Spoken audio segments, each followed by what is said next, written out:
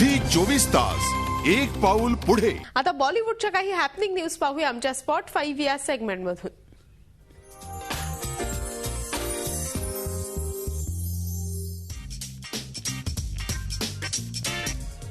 अजय देवगण आणि रोहित शेट्टी म्हणजे यशाचा हमखास फॉर्म्युला।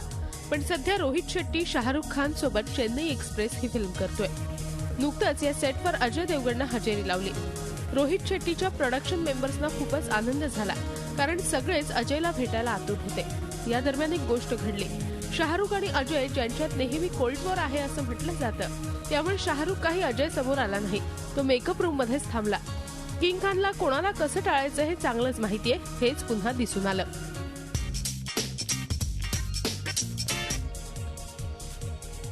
रॉकस्टार मध्ये झळकलेली नर्गिस फकरी नंतर मात्र पुन्हा स्क्रीनवर दिसली नाही। सध्या ती रॅम्पवॉक मध्ये बिझी असं सांगत नव्या फिल्म्स बद्दल काहीच बोलत नाहीये। तरीही या बाईंना सलमान आणि शाहरुख सोबत फिल्म करायची म्हणे। पाहूया नर्गिसचे हे खयाली पुलाव कधी पूर्ण होतायत ते।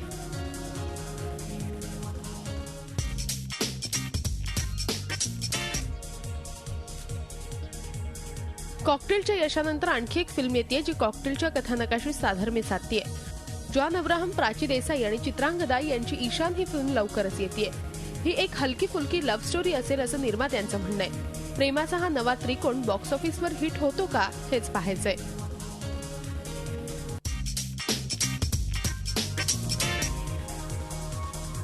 बर्फी नंतर रणवीरच्या नव्या फिल्मची त्याचे चाहते नक्कीच वाट पाहत असतील। ये जवानी है दीवानी या नव्या फिल्ममध्ये रणवीर झळकतोय दीपिकासह।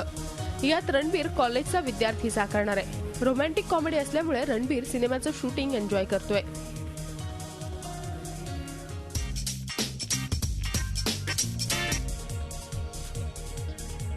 मल्लिका शेरावत आयटम नंबरसाठी नेहमीच डर्टी लुकमध्ये दिसते, पण डर्टी पिक्चर सारखी भूमिका मिळाली तर करशील का असं विचारताच मल्लिका मात्र सावरली।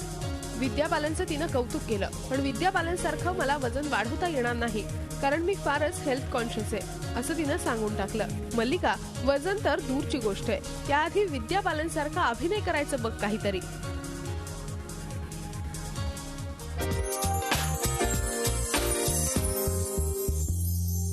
झी 24 तास एक पाऊल पुढे।